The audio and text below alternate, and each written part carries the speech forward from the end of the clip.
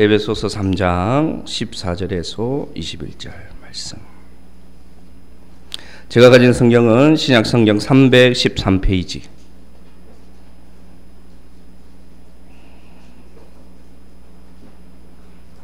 제가 14절, 여러분 15절 교독하도록 합니다. 이러므로 내가 하늘과 땅에 있는 각 족속에게 그의 영광의 풍성함을 따라 그의 성령으로 말미암아 너희 속사람을 능력으로 강건하게 하시오며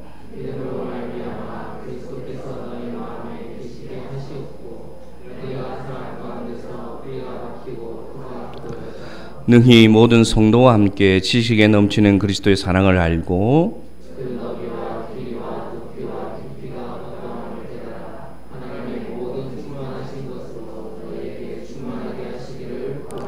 우리 가운데서 역사하시는 능력대로 우리가 구하거나 생각하는 모든 것에 더 넘치도록 능히 하실 이에게 교회 안에서와 그리스도 예수 안에서 영광이 대대로 영원 무궁하기를 원하노라.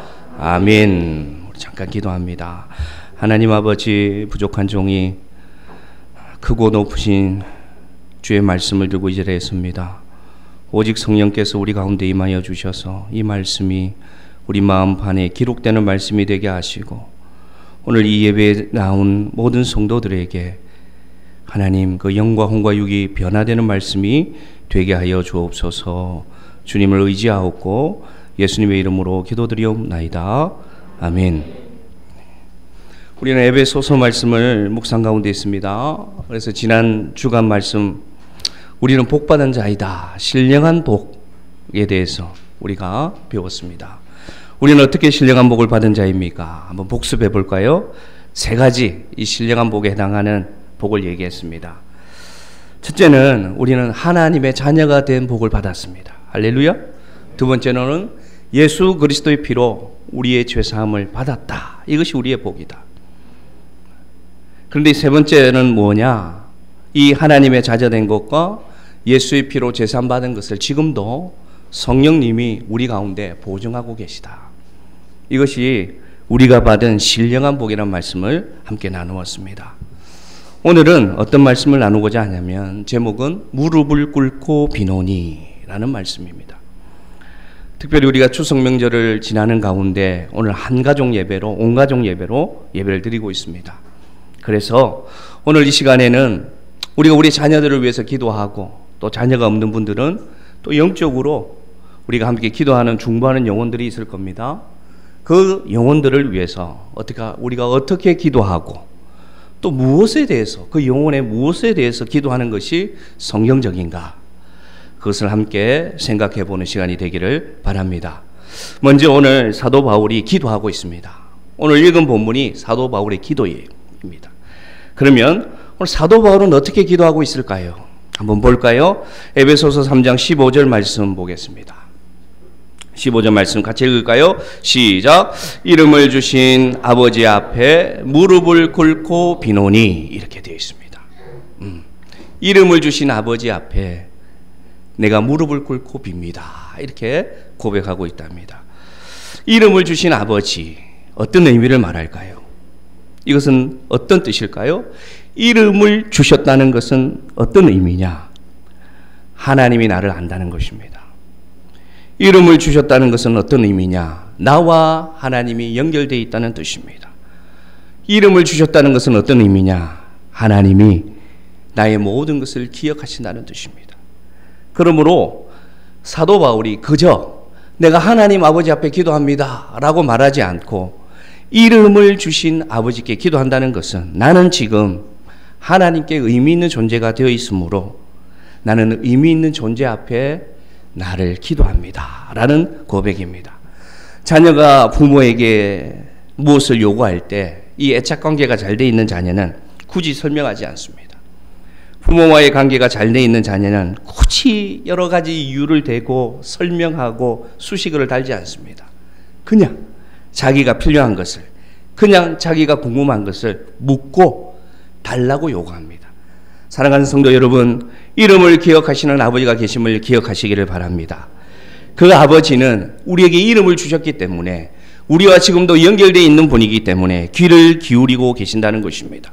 그 아버지는 내 마음을 아시고 그 아버지는 나를 거절하지 않으시고 그 아버지는 귀를 기울여서 무엇을 주시고자 무엇을 우리에게 주시고자 원하시는 분으로 귀를 활짝 열고 계시기 때문에 오늘 사도 바울이 기도할 때 제일 먼저 중요한 것은 뭐냐? 이름을 불러주신 아버지께 나는 기도한다. 그러므로 나는 주님을 신뢰한다고 고백하고 있습니다. 정리하자면 이름을 불러주신 아버지께 기도한다는 것은 어떤 자세로 나아가는 것이냐? 신뢰함으로 하나님 앞에 기도한다는 것입니다. 두 번째로 보면 이 이름을 불러주신 아버지께 사도 바울이 어떤 자세로 기도합니까? 무릎을 꿇고 기도합니다. 이렇게 얘기합니다.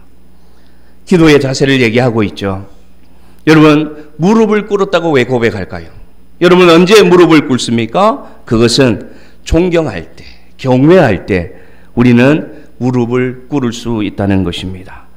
오늘 무릎을 꿇을 수 있다는 것은 사도 바울의 마음이 하나님 앞에 겸손하게 겸비하여 있다는 것입니다.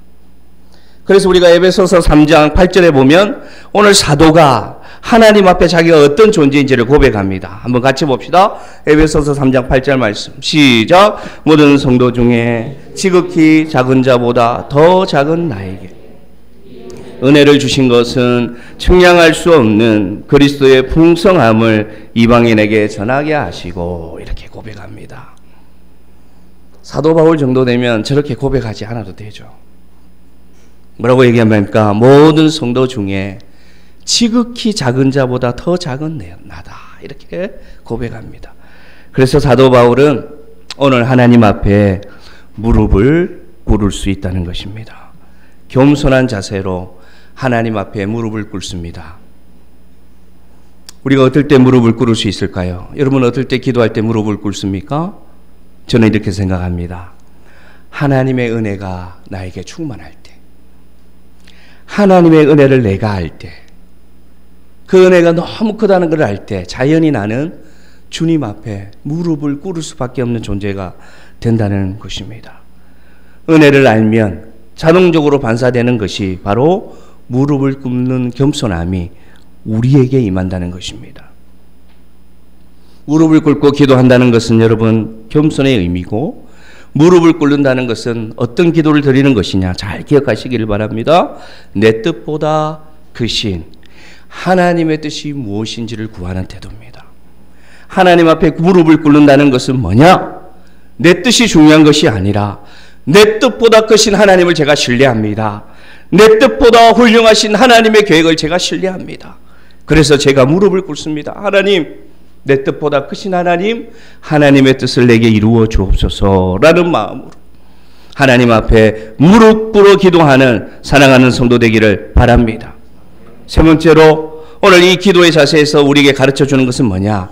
무릎을 꿇었다는 것은 여러분 어떤 마음으로 무릎을 꿇은 것을 말할까요? 그것은 간절함입니다. 간절함. 내가 하나님 앞에 간절할 때, 저도 목회 가운데 하나님의 뜻을 알지 못해서 간절할 때는 무릎이 자동으로 꿇립니다. 그래서 오늘 이 사도 바울이 하나님 앞에 어떻게 기도하느냐? 정리하자면 첫째는 내 이름을 불러주신 하나님을 신뢰하고요. 그 다음에 하나님 앞에 겸손함으로 무릎을 꿇고요. 세 번째로 간절함으로 하나님의 뜻을 구하는 기도자의 자세를 우리에게 본받아라고 보여주고 있음을 기억하시기를 바랍니다. 사랑하는 성도 여러분, 하나님 앞에 기도할 때 신뢰함으로, 겸손함으로, 간절함으로 기도하는 우리 성도들 되기를 주의 이름으로 축복합니다. 그러면 오늘 이 사도가 이러한 자세로 하나님 앞에 나와서 현실적인 필요나 실제적인 필요가 아닌 이 에베소 성도들의 심령을 위해서는 무엇을 기도하느냐? 세 가지로 한번 보기를 원합니다. 무엇을 기도할까요? 무엇을? 우리도 마찬가지입니다. 우리가 현실의 필요나 자녀들의 필요, 우리 가정의 필요에 대해서 현실적인 것은 다 기도할 수 있어요. 근데 많은 분들이 저에게 물어봅니다. 목사님, 어떻게 기도하면 기도가 잘 될까요? 때로는 내 자녀를 위해서 목사님 제가 어떤 기도를 하면 좋을까요? 물어오는 분들이 많아요.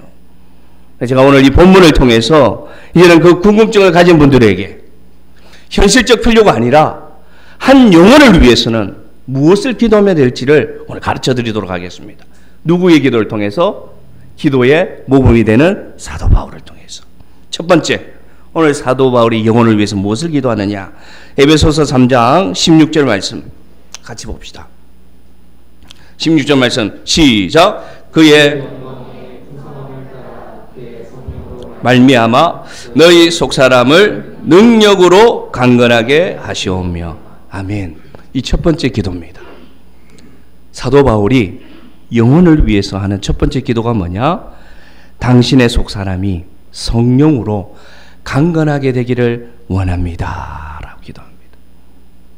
우리의 자녀를 위해서도 기도할 때 여러분 꼭 이 기도를 드려야 됩니다. 나의 자녀의 속마음이, 나의 자녀의 속사람이 성령으로 강건한 자녀가 되게 하여 주옵소서.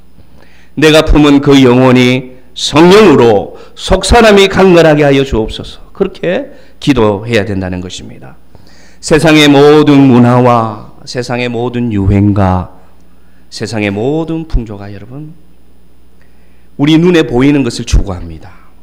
그래서 드러나는 것, 보여지는 성공을 목말라 하고 그것을 집착하고 그것을 따라서 살아갑니다. 성경은 그것을 안목의 정욕이라 그렇게 말하죠. 많은 사람들이 겉사람에 집중합니다. 많은 사람들이 보이는 모습에 집중하고요. 많은 사람들이 다른 사람이 나를 어떻게 평가하는 것에 대해서만 집중하는 겉사람에 함몰되어 살아가는 시대가 이 시대입니다. 그러다 보니 우리는 이 시대에 보고 있습니다. 많은 사람들이 수면제가 없이는 잠을 잘 수가 없고, 많은 사람들이 속사람이 피폐해져서 병들고 상처 입어서 살아가는 세대들이에요. 대부분의 사람들이 마음의 상처와 아픔을 겪고 속사람은 날로 연약해지고 있습니다. 그 사람은 화려합니다. 좋은 옷을 입고 좋은 집에 살고 좋은 차를 몰고 그 사람은 날마다 발전되고 잘 되고 있지만 그와 반대로 속사람은 너무나 피폐해져서 찬바람이 불고 한 영혼도 마음에 품지 못하고 외롭게 살다가 허무하게 살다가 죽어가는 시대가 이 시대가 되었다는 것입니다. 그래서 사도 바울은 기도하고 있습니다. 주님, 내가 품은 영혼이 속사람이 강건케 되게 하여 주시옵소서. 내가 품은 영혼이 심지가 굳은 영혼이 되게 하시고 내면이 건강한 영혼이 되게 하여 주셔서 참된 행복과 참된 감사와 참된 자유를 누리게 하여 주옵소서.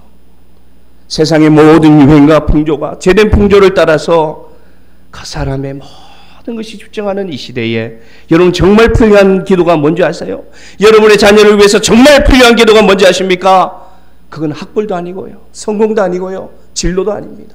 정말로 필요한 기도는 뭐냐? 내 자녀가 하나님 아버지 속사람이 강건한 자녀가 되기를 원합니다.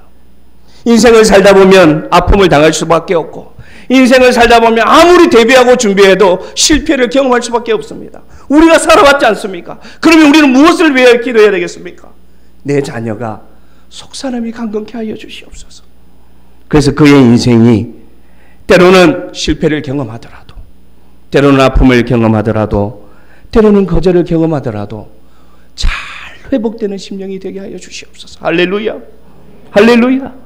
그래서 그 속사람이 강건해져서 성령의 지혜를 따라서 살아가는 자녀 될 줄로 믿습니다. 성령의 지혜를 따라서 살아가는 자녀들 될 줄로 믿습니다. 성령의 인도하심을 따라서 살아가는 자녀가 될 줄로 믿습니다. 그래서 첫 번째 기도의 뜻은 뭐냐?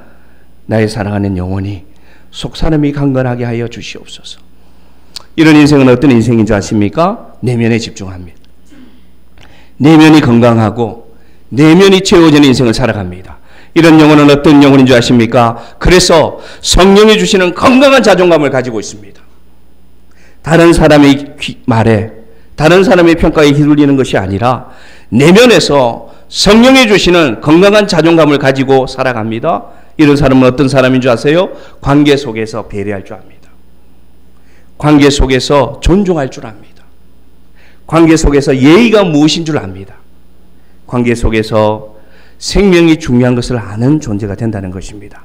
그래서 우리가 첫 번째로 기도해야 할 것은 뭐냐? 내 사랑하는 사람이, 속사람이 건강한 사람이 되어서 성령을 따라 건강한 자존감을 가지고 여러 관계 속에서 배려와 존중과 격려와 응원을 할 수 아는 함께 더불어 살아갈 수 있는 인생이 되게 하여 주시옵소서. 이게 첫 번째 자녀를 위한 기도예요.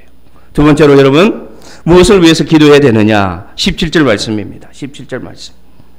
제가 읽어드리겠습니다. 믿음으로 말미암아 그리스도께서 너희 마음에 계시게 하시옵고 라고 기도합니다. 할렐루야. 두 번째 기도는 뭐냐? 예수님이 마음에 계신 영혼. 예수님이 마음에서 함께 살아가는 영혼이 되게 하여 주시옵소서. 예수님이 마음에 계신다는 것은 다른 뜻으로 말씀드리면, 다른 표현으로 말씀드리면 어떤 표현이냐? 예수님이 보이는 믿음입니다. 예수님이 모호하게 지식 속에서, 성경 속에서 있는 것이 아니라 예수님이 마음에 계시다는 뜻은 뭐냐? 내 눈에 예수님이 보이는 것입니다. 그래서 이런 믿음을 가지면 세상 가운데서 내가 예수 믿는다고 당당히 고백합니다. 예수님이 보이는 영혼은 보이기 때문에, 다른 사람에게는 보이지 않지만 자기 눈에는 예수님이 보이기 때문에 내가 예수 믿는 사람이라고 당당히 말하는 영혼이 될 수 있다는 것입니다. 예수님이 마음에 계신 영혼은 어떤 사람이냐? 예수님이 보고 싶고 예수님의 음성이 궁금하고 예수님과 사귀고 살고 싶은 것이 소망으로 일어나는 인생이 된다는 것입니다. 예수님이 내 안에 계신다는 것은 뭐냐? 그래서 두 가지 반응으로 나타납니다. 예수님이 내 안에 계시면 어떤 반응이 나타나느냐? 모든 것을 예수님께 묻는 인생이 됩니다. 무엇을 선택하거나 무엇을 앞으로 결단할 때 예수님이 보이는 인생은 예수님이 보이기 때문에 그냥 자기의 상식을 따라서, 사람들의 권면에 따라서, 세상의 유행과 풍조를 따라서, 세상이 추구하는 가치관을 따라서 선택하는 것이 아니라 예수님이 마음에 계시면 예수님이 보이기 때문에 예수님께 묻는 인생이 된다는 것입니다. 할렐루야! 이것이 정말로 축복된 인생입니다. 여러분, 우리가 살아갈 때 예수님께 묻는 인생이 된다면 얼마나 축복된 인생이 될까요? 두 번째로, 예수님께 묻는 인생은 어떤 반응이 나오느냐? 괜찮다는 말을 할 수 있는 인생이 됩니다. 이건 아주 의미가 있는 말입니다. 많은 사람들 중에, 신앙의 고백 중에 목사님 괜찮습니다. 집사님 어떡합니까? 어떡합니까? 목사님 괜찮습니다. 걱정하지 마세요. 괜찮습니다. 왜 이 말을 할 수 있냐면요, 한 단계 더 위에 올라가면 그 인생은 예수님께 물을 수 있기 때문입니다. 한 단계 더 올라갈까요? 누가 보이기 때문에? 예수님이 보이니까. 자기 삶에, 자기 마음에, 자기 인생에 예수님이 보이니까, 예수님께 묻는 인생이니까 그 결과가 어떠하든 위로하는 자에게 말합니다. 나는 괜찮아. 나는 괜찮아. 훗날 이렇게 얘기합니다. 나 꽤 괜찮은 인생을 살았어. 왜 이렇게 고백할 수 있느냐? 추상적이지만 여러분, 추상적일 수 있지만 안에 예수님을 모신 인생은 이 고백을 할 수 있습니다. 그래서 우리가 자녀를 위해서 기도할 때 두 번째로 기도해야 될 것은 뭐냐? 내가 품은 영혼을 위해서 기도할 때 두 번째로 기도할 것은 무엇이냐? 주님, 그 마음에 예수님이 함께 사시는 인생이 되게 하여 주시옵소서. 아무도 없을 때에도 예수님이 곁에 계시는 거예요. 아무도 같이 걷지 못하는 인생을, 그 길을 걸어가는 외로운 인생이라고 하더라도 예수님이 함께 계세요. 그래서 고백할 수 있죠. 괜찮아. 난 괜찮아. 할렐루야. 이 두 번째로 우리가 기도해야 될 기도입니다. 세 번째. 자, 오늘 사도 바울이 세 번째로 이 영혼들을 위해서 뭐라고 기도하는지 한번 봅시다. 에베소서 3장 17절 후반절인데 제가 읽어드립니다. 너희가 사랑 가운데서 뿌리가 박히고 터가 굳어져서 라고 얘기합니다. 성령을 따라서 강건하게, 속사람이 강건하게. 두 번째로 예수 그리스도가 안에 계시는 인생. 세 번째로 뭡니까? 너희가 사랑 가운데서 뿌리가 박히고 터가 굳어지기를 원한다. 이렇게 고백합니다. 우리 교회가 시냇가에 심은 교회입니다. 그래서 어떤 분들은 우리 교회 이름을 설명하면, 얘기를 하면 그 다음에 이렇게 얘기합니다. 아, 시냇가에 심은 나무교회, 이렇게 얘기하거든요. 시냇가에 심은 나무교회. 그 직인을 파러 갔을 때 교회 이름이 길어가지고 직인 파는데 아주 어려움을 겪었습니다. 아, 그랬다고요. 과거에 그랬다는 것입니다. 시냇가에 심은 교회. 사랑 가운데서 뿌리가 박힌다라는 것은 어떤 의미일까요, 여러분? 사랑 가운데서 뿌리가 박힌다. 사랑 가운데 뿌리를 내린다는 것입니다. 누구의 사랑? 예수님의 사랑 가운데. 왜 뿌리가 박혀야 될까요? 그래야 설 수 있습니다, 나무가. 왜 뿌리가 박혀야 됩니까? 그래야 나무가 자랄 수 있습니다. 왜 뿌리가 박혀야 됩니까? 그래야 양분을 흡수해서 열매를 맺어갈 수 있습니다. 정말 중요한 것은 뭐냐? 사도 바울이 세 번째 기도에서는 다른 단어를 써요. 다른 단어. 뭐냐? 사랑 가운데 뿌리가 박히되 18절을 한번 보겠습니다. 어떤 사랑 가운데냐? 18절 말씀. 시작. 능히 모든 성도와 함께 지식에 넘치는 그리스도의 사랑을 알고. 할렐루야. 오늘 사랑 가운데 뿌리가 박혀야 된다 얘기할 때는 더 구체적으로 표현합니다. 뭐냐? 너희가 모든 성도와 함께 넘치는 그리스도의 사랑을 알기를 원합니다. 그렇게 합니다. 이 함께라는 단어가 들어가 있어요. 함께. 그래서 세 번째로 우리가 기도할 것은 뭐냐? 우리가 품은 영혼이 함께 사랑할 수 있는 영혼이 되게 하여 주시옵소서. 그렇게 기도해야 됩니다. 제주의 지형을 우리는 잘 알고 있습니다. 제주의 여러 가지 관광지 숲을 가보면 그 편백나무나 삼나무가 아주 울창한 그런 숲길들이 있죠. 가까이에는 우리 서귀포 치유의 숲도 있고, 어디도 있습니까? 사려니 숲길도 그렇고, 붉은 오름 휴양림도 그렇고, 다 가보면 키가 아주 길쭉길쭉하게 뻗어있는 그런 울창한 숲을 우리가 만납니다. 여러분 혹시 숲길을 걷다가 그런 편백나무나 삼나무가 넘어져 있는 풍경을 보신 적이 있습니까? 저는 지휘의 숲에 자주 가는데 그 뒤로 사람들이 잘 다니지 않는 길이 있어요. 무서운 길이 있어요. 기도하면서 걷습니다. 대낮인데도 너무 껌껌하고 그래서 혼자서 겁을 먹고 걷는데, 그런 길을 걷다 보면 큰 나무가 옆으로 넘어져 있어요. 제가 놀라운 것을 봤죠. 그 큰 나무의 뿌리를 봤습니다. 근데 뿌리가, 이 삼나무의 뿌리가 어떤지 아세요, 여러분? 막 굵고 막 건강한 그런 뿌리가 아니에요. 그냥 마치 꽃꽂이 하면은 그 실뿌리가 조금 나와 있듯이 아주 연약해요, 뿌리가. 아주 연약해요. 그 나무 덩치에 비해서 아주 빈약합니다, 뿌리가. 그런데 그 돌로 다 이루어진 곧자왈 지형 가운데 어떻게 그런 나무가 그 키를 20m씩 30m씩 키워갈 수 있을까? 그 비결이 어디에 있을까? 뿌리를 깊이 내릴 수도 없습니다. 흙이 깊지 않기 때문에. 단지 그들이 할 수 있는 것은 뭐냐? 바위와 바위 틈 사이에 뿌리를 박고, 그리고 비결이 무엇이냐? 그 뿌리가 옆 나무의 뿌리와 연결됩니다. 그래서 뿌리가 연결되면서 서로를 어떻게 하느냐? 지탱합니다. 그래서 이 비바람이 얼마나 붑니까? 이 제주 땅에 얼마나 많은 비바람이 붑니까? 그런데도 그 나무들이 수십 년을 버티며 설 수 있다는 것입니다. 그래서 오늘 사도가, 그렇구나.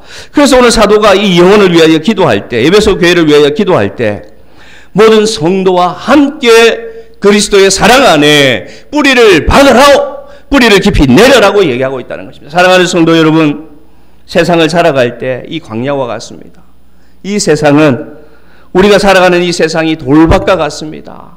누구 한 사람이 홀로 서서 뿌리 내리고 살아갈 수 없는 정말 거친 세상을 우리가 살아가고 있습니다. 그래서 우리가 기도할 것은 뭐냐? 우리의 사랑하는 영혼들이 하나님 함께 살아갈 수 있는 영혼이 되게 하여 주옵소서. 할렐루야. 함께 살아갈 수 있는 것이 무엇인지를 아는 그런 영혼들이 되게 하여 주시옵소서. 그래서 믿음의 사람들과 믿음의 친구들과 함께 배려하고 격려하고 응원하고 세워가는 그런 복된 인생이 되게 하여 주옵소서. 기도하시는 우리 성도들 되기를 원합니다. 함께 뿌리가 내릴 때, 함께 지탱될 때, 함께 의지될 수 있을 때 우리 인생은 살아갈 수 있습니다. 그렇게 살아갈 때 우리 인생은 어떤 나무가 되느냐?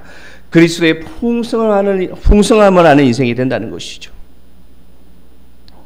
오늘 사도 바울이 3장 19절에 이런 단어를 씁니다. 한번 같이 봅시다. 3장 19절에 이 풍성한 열매, 충만한 인생이 되기 위해서 어떤 비결을 얘기하느냐? 3장 19절 같이 읽습니다. 시작. 그 너비와 길이와 하나님의 모든 충만하신 것으로 너희에게 충만하게 하시기를 구하노라. 이렇게 얘기합니다. 뿌리가 깊이 받기를 원한다 얘기한 뒤에 저 단어를 써요. 우리의 영혼이 하나님의 사랑에 대해서 너비와 길이와 높이와 깊이가 어떠함을 깨닫는, 그래서 하나님 보실 때 충만한 인생이 되기를 원한다 이렇게 기도합니다. 혹시 여러분 하나님의 사랑을, 예수님의 사랑을 너비로 표현하면 얼마나 될까요? 혹시 길이로 그 사랑을 표현한다면 여러분 그 단위가 얼마라고 생각하십니까? 또한 높이와 깊이로 예수님의 사랑을 표현한다면 우리는 어느 만큼 된다고 표현할 수 있을까요? 이 세상에 아무도 그 사랑을 측량할 수가 없습니다. 하늘을 두루마리 삼고 바다를 먹물 삼아도 그리스도의 사랑을 다 기록할 수 없습니다. 그런데 왜 사도는 저렇게 얘기할까요? 그런데 왜 사도는 자기는 알아서 저렇게 얘기할까요? 자기는 예수님의 너비와 길이와 높이와 깊이가 어떤지 알아서 저렇게 권면할까요? 저는 그렇지 않다고 생각합니다. 그런데 왜 저렇게 그리스도의 사랑을 알아가는 영혼들에게 저거를 깨달으라고 얘기할까요? 저것은 어떤 의미인지 아세요? 저것은 어떤 의미냐? 잘 들으시길 바랍니다. 저것은 예수님의 사랑의 너비와 길이와 높이와 깊이가 어떠한지를 각자가 하나님을 믿고 살아가면서 각자 안에 충만하게 임하는 예수 그리스도의 사랑을 체험하라는 뜻입니다. 할렐루야. 어떤 집사님이 만난 하나님, 어떤 권사님이, 어떤 목사님이 얘기하는 그 하나님의 사랑을 내 사랑이라, 그게 그리스도의 사랑이라 객관화하지 말고 네가 그 인생을 살아가면서, 네가 성경을 따라 살아가면서 예수 그리스도가 계신 인생을 살아가면서 네 영혼에게, 너 스스로에게, 너 각자에게 임하는 하나님의 사랑이 얼마나 큰지를 깨달아지면 너는 하나님의 사랑 안에 뿌리 박은 영혼이 될 수밖에 없다. 그것이 너희가 알기를 원한다라고 얘기하는 것입니다. 그래서 사도 바울은 자기가 경험한 하나님이 얼마인지 얘기하지 않습니다. 자기가 받은 사랑이 얼마나 큰지 얘기하지 않습니다. 얘기하지 않고 내가 누리는 이 풍성함이, 내가 예수 그리스도를 생각하는 이 충만함이 기도하는 너희에게 임하기를 내가 기도한다. 그래서 그 길이가 얼마나 큰지, 그 높이가 얼마나 높은지 그 사랑을 네가 체험하기를 원한다. 그러면 너는 그리스도 안에 뿌리 내린 영혼이 될 수 있다라고 오늘 얘기하고 있다는 것입니다. 사랑하는 성도 여러분, 하나님은요, 우리가 믿는 하나님은 섬세하십니다. 다시 말씀드리지만 우리가 믿는 하나님은 우리 각자의 이름을 불러주시는 하나님임을 기억하시기를 바랍니다. 그래서 우리가 믿는 하나님은 여러분 각자의 인생이 다 달라요. 여러분의 환경이 다 다르고 여러분이 지금 누리고 있는 삶의 범위가 다 달라요. 그런데 우리 하나님은 어떤 분이냐? 그 각자가 다 다른 인생 가운데 각자에게 맞게, 각자에게 충만하게 임하여 주시는 하나님을 기억하시기를 바랍니다. 그래서 비교할 필요도 없습니다. 저 집사님 인생은 저런데, 저 목사님이 받는 믿음은 저런데, 부흥은 그런데, 저 교회는 그런데 비교할 필요가 없어요. 왜 비교할 수 없느냐? 그 길이와 그 너비와 그 높이와 깊이는 우리 자신에게 맞게 하나님은 부어주시는 분임을 기억하시기를 바랍니다. 그래서 우리가 영혼을 기도할 때, 우리 자녀를 위하여 기도할 때, 하나님, 나의 사랑하는 자녀가, 내 자녀가 걸어가는 인생에서 충만하게 하여 주시옵소서. 그가 누리는 그 충만함이 그에게 주어진 범위 안에서 충만하게 하여 주옵소서. 그래서 그것으로 만족하고 그것으로 하나님께 감사할 수 있는 인생이 되게 하여 주옵소서. 기도하는 사랑하는 우리 성도들 되기를 바랍니다. 이제 마지막으로 말씀 마치고자 합니다. 말씀을 마치는 가운데 이 말씀을 함께 읽기를 원해요. 이것은 어떤 말씀이냐? 우리가 이 자세로 우리가 이렇게 기도할 수 있는 근거가 되는 말씀을 사도 바울이 우리에게 주십니다. 자, 3장 20절 말씀 함께 읽겠습니다. 자, 같이 읽읍시다. 시작. 우리 가운데서 역사하시는 능력대로 우리가 구하거나 생각하는 모든 것에 더 넘치도록 능히 하실 이에게. 할렐루야. 우리 한 번 더 읽읍시다. 우리 가운데서 역사하시는 능력대로, 여기서부터 큰 소리로 읽읍시다. 우리가 구하거나 생각하는 모든 것에 더 넘치도록 능히 하실 이에게. 할렐루야. 할렐루야. 우리가 기도할 수 있는 근거는 저기에 있습니다. 내가 구하는 것보다, 내가 생각하는 것보다 뭐라고 얘기하십니까? 그만큼이라고 얘기하지 않습니다. 그런 하나님이 아니라 우리 하나님 어떤 분이십니까? 우리가 인생을 통해서 이 믿음의 삶을 통해서 경험한 하나님은 어떤 하나님입니까? 내 생각보다, 내 기도보다, 내가 구하는 것보다 더 풍성하게, 더 놀랍게, 더 세밀하게 우리를 인도하시는 하나님이 지금 우리 안에 살아계심을 믿으시기를 바랍니다. 그래서 우리의 기도가 서툴러도, 우리의 기도가 때로는 내가 스스로 생각할 때도 만족하지 못해도 괜찮습니다. 왜 괜찮으냐? 하나님은 우리가 드리는 이 기도보다 훨씬 넘치도록 능히 해주실 분이시기 때문입니다. 그래서 우리의 모든 가정들이, 믿음의 가정들이, 믿음의 자녀들이, 더 나아가 믿음의 손자들이, 더 나아가 믿음을 품은 영혼들이 우리의 기도보다 더 넘치도록 능히 하시는 하나님이 하실 것이라고 저는 믿습니다. 그 기도로 나아가는 사랑하는 성도 되기를 주의 이름으로 축복합니다.